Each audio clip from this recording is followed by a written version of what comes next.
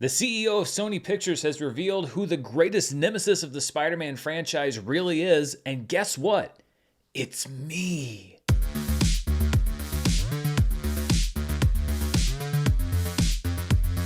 Hello everybody, I'm Dan Murrell here with the last little movie news roundup before we wrap out the year. We're going to cover a couple of stories in the superhero realm, and we're going to start with comments from the CEO of Sony Pictures that lays the blame for the failure of Madam Web and Kraven the Hunter and Morbius not at the feet of the people who made the movies or promoted the movies or greenlit the movies, but at the lowly little movie critics like me who were just so unfair. So let's jump right into it. Tony Vinciquerra is the outgoing CEO of Sony Pictures. He's handing the reins over to Ravi Ahuja next week. He was previously the head of the Fox TV networks, and after that, he was an entertainment consultant at a company called TPG Capital. TPG, by the way, is the company, it's a private equity firm that owned Fandom, actually bought Fandom while I was still there, which is a big reason why I'm sitting here right now on my own channel. In an interview with the LA Times about his time as the CEO of Sony, the conversation turned to the studio's recent flop, Kraven the Hunter,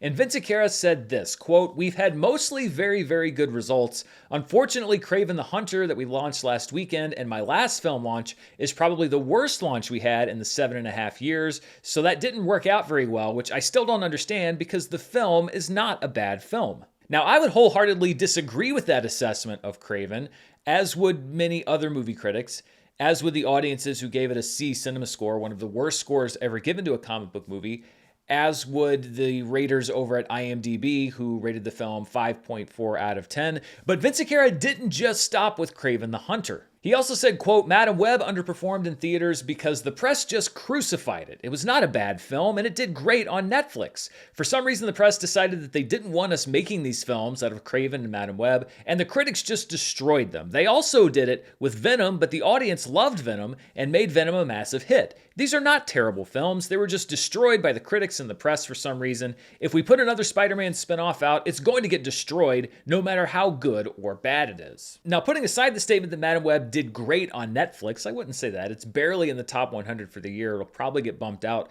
by the end of 2024. Let's break down this statement just a little bit. According to the CEO of Sony, the studio that released the movies, Madam Web, Kraven, and you know what? Let's throw Morbius in there as well, weren't bad movies. They were just hated by the critics, despite the empirical evidence that exists from audience rating systems like CinemaScore and Letterboxd and Rotten Tomatoes and IMDb that show low user ratings from people that I assume aren't all critics. Not only were they all good films, they're also the victims of a press conspiracy that's been going on for 6 years, where everybody got together and decided to pan the movies. And quite frankly, I'm part of this group that he's talking about. I must have missed the meeting of the press Illuminati when we got together back in 2018 to decide that no, we would not be giving these Sony Spider-Man villain spinoff films good critical scores. However, even though the spinoffs were all good movies that critics conspired against, the audience only chose to go see Venom, so I guess the public decided that even though, again, all these movies were good, they were going to rate Venom considerably higher across all of the other platforms, but then rate all of the other movies lower to match critical opinion more closely in order to hide their tracks or maybe stroke our egos as critics. I don't exactly know how this plan works out. Now, the simpler explanation is that Venom was a better movie that audiences happen to like, and that the other 3 films are considerably worse films that audiences and critics didn't like, but that's not how it works in the head of Tony Vinciquerra. In his mind, he and the team at Sony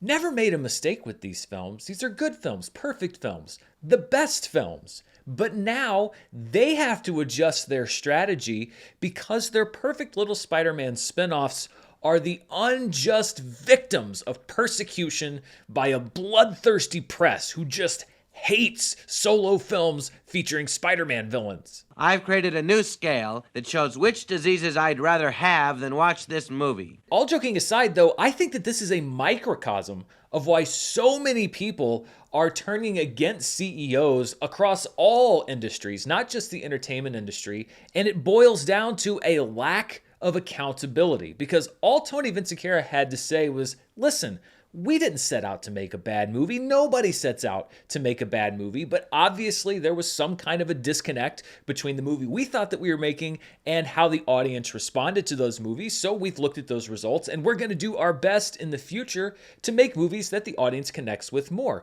That's a great statement. It's a true statement. It's an honest statement. It doesn't blame anybody, but no. That's not how it works in the corporate world. In the corporate world, there must always be a scapegoat that's not me. In this case, the scapegoat is critics and the press, which is not uncommon for executives when they're looking for someone to blame for a bad movie's failure. They can't blame the public for it because that would be biting the hand that isn't feeding it. I know this seems like I'm blowing a Spider-Man movie situation into a much bigger deal than it is, but honestly, I think that so much of the anti-corporate sentiment that we're seeing right now, and I'm not just talking about the Luigi situations, I'm talking about general displeasure with large corporations, comes from situations like this. It's all about passing the buck. Amazon passes accountability for on-time deliveries to drivers who have to keep ridiculous schedules, not to themselves for not hiring more drivers. Warner Brothers executives punish the creators of other projects for their failures, shelving those projects for tax purposes to help stop the financial bleeding when it was their bad business decisions that resulted in massive losses. And Sony blames critics for poisoning audiences against their poisonously bad movies, even when a case study exists in Venom that audiences will go see a movie that critics didn't like if they deem it worthy of their time and money. Failures will always happen, but the CEOs and the executives will never be the ones that are held responsible. Worst case scenario, a failed CEO will be given tens of millions of dollars to walk out the door and likely just go across the street and be handed the reins of another major studio. Whenever I do an AMA or a Q&A, I almost always get a question along the lines of, how is it that movie studios are able to keep making movies that are this bad? And you can attach it to whatever the latest failure is. And my answer is this story is how.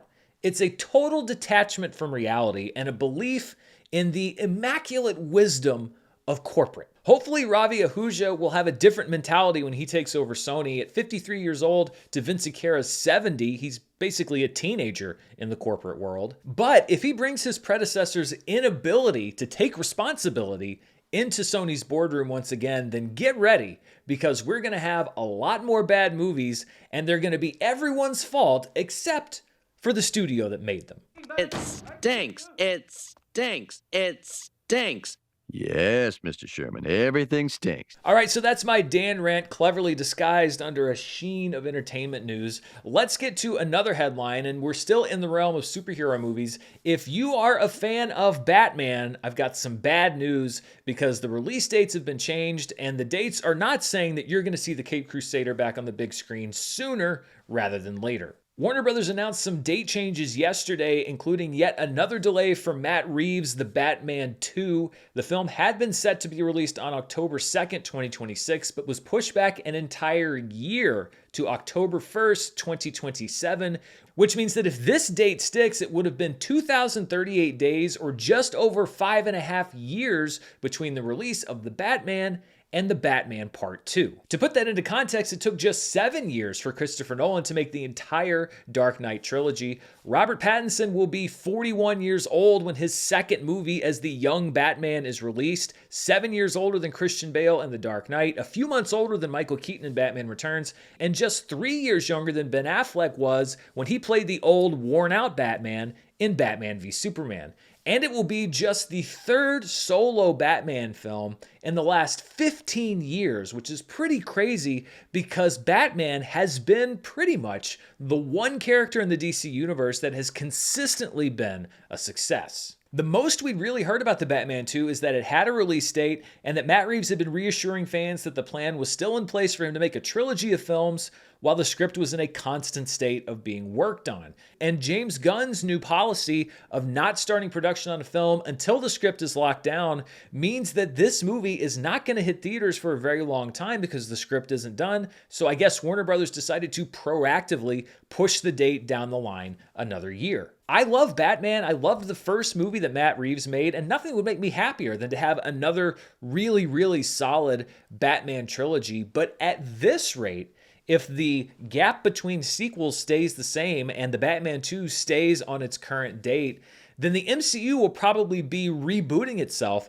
by the time the Batman Part 3 hits theaters in 2033, which, by the way, will be the year that I turn 50. To add to the pain of Bat fans, Andy Muschietti, the announced director of the DCU's version of Batman, with his adaptation of The Brave and the Bold, told the California Secreta podcast this week that development has been delayed on the film and that he may even make another movie before tackling Batman, which pushes his version of the superhero at least a few years down the road, when the existence of the DCU itself is a question mark. Now, don't get me wrong, the last thing I want is for the sequel to be rushed into production and put out not ready just for the sake of hitting a release date, but you have to admit that 5.5 years is pretty extreme as far as gaps between franchise films. The Penguin, luckily, has kind of kept the Reeves-verse in the cultural conversation, but this is a blow, I'm not going to lie, to fans of Batman like myself, and probably to Warner Brothers as well, who would like a little bit of a Bat cash infusion, especially with an uncertain future ahead.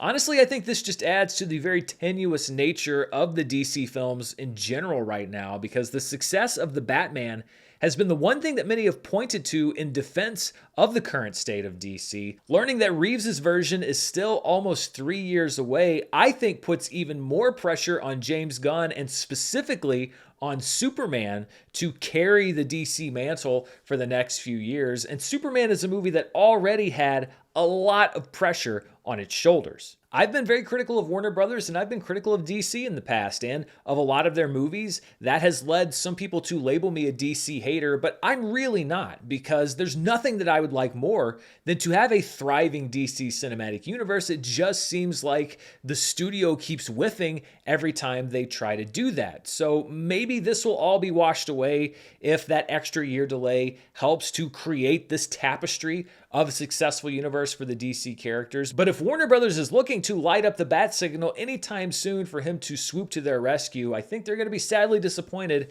because the Batman will be at home washing his tights. And that wraps it up for this little mini news roundup. I actually had a third story that I was going to include in this video, which was a look at the nutty situation around It Ends With Us right now, with civil complaints being filed and confirmation of a feud between Blake Lively and Justin Baldoni. But that story is so complicated and so dense that I actually decided to spin it off into its own video. So you should see that video here on the channel tomorrow. Then on Monday, I'm going to have charts with Dan looking at the Christmas box office. Next Tuesday, I will have my list of the best and worst movies of 2024. And then next Wednesday, on New Year's Day, I'm preparing a comprehensive, or at least almost comprehensive, preview of just what is in store for 2025. So a lot of stuff coming up in the next few days. Be sure to hit that subscribe button, hit that bell so you're notified when I put up a new video. But most importantly, thank you for joining me for this video. I will be back very soon with the latest movie news, reviews, box office, and more.